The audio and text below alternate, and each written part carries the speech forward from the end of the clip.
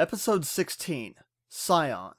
Now that we're back to the actual plot, we catch back up with Alexander, who has started to develop more of Clark's powers and has conveniently lost all of his memories in the process. As such, he's even started calling himself Connor. Yes, it seems they're going the Superboy route with this character, and Tess has dumped him on the Kent farm in the hopes that Clark will know what to do with him. Now I want to point out that in the comics there is a teenage superhero named Connor who was cloned from the combined DNA of Superman and Lex Luthor. The main difference is that in the comics he was introduced as a Superman clone first and the Lex Luthor part was revealed later. Here they're doing it the other way around, and I don't really think it works all that well. I don't dislike the actor playing Connor, but let's face it, he was originally hired to play a Lex Luthor clone. By suddenly giving him black hair, he looks less like Clark and more like emo Peter Parker from Spider-Man 3. It's not the actor's fault, I just don't think the Smallville creative team had this planned out as far ahead as they'd like us to believe. Also, I have to comment on the shirt. Now I'm not going to complain about him wearing a black shirt with a red S shield because that is the character's costume. What bothers me is the quality of the shirt itself. I know I made fun of Clark's outfit from season 9 saying that it looked like it came from Hot Topic, but this isn't even Hot Topic quality.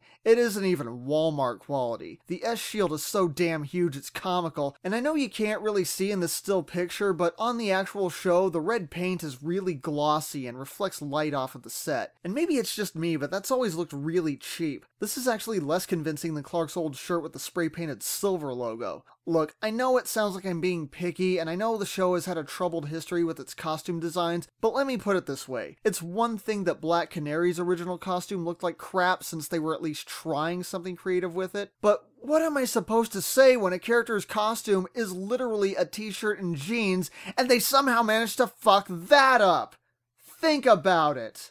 Anyway, Clark starts to train Connor to control his powers, and Connor starts opening up to him more. He says that he felt trapped and frustrated living with Tess, and that he used his super hearing to find out that Tess was keeping secrets from him. Clark later has several conversations with Lois and Tess about what to do with Connor, especially since Lionel Luthor is trying to find him. Clark says that they should absolutely not tell Connor that he's part Luthor, and completely forgets that Connor just admitted to using his super hearing to spy on people, and that he gets angry when people he trusts keep secrets from him. So Connor runs away and finds Lionel, who offers to raise him as his son, and gives him a red kryptonite ring so that he'll become more ruthless. Lionel? Didn't you come here in the first place because you were afraid of your violent, superpowered son in the other universe? I mean, geez, you're supposed to be the smart villain on the show.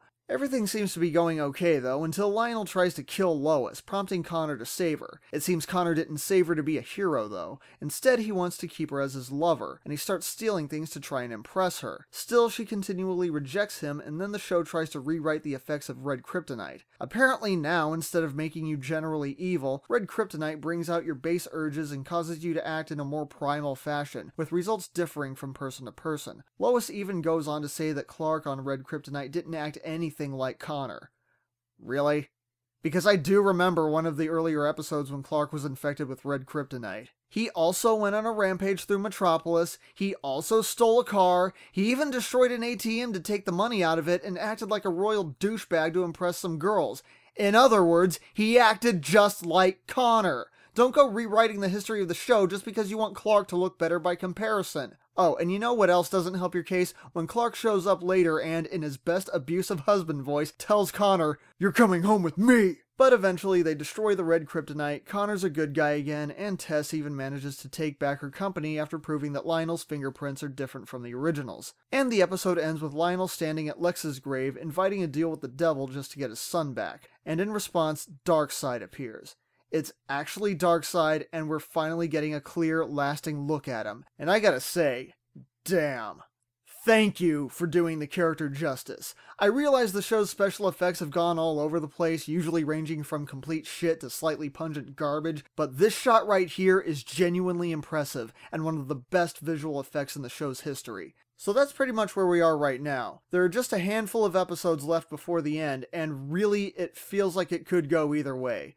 The season started out strong and there have been some really good steps in moving the story along, but at the same time there have been a few too many missteps, from ideas and plot points that just don't get the attention they need, to entire episodes like Harvest, Collateral, and Fortune that completely waste our time. It is too late in the game for it to still be as sloppy as it is. Overall, it feels like Season 10 has more potential than any other season so far, and I really hope that things pick up in the last few episodes.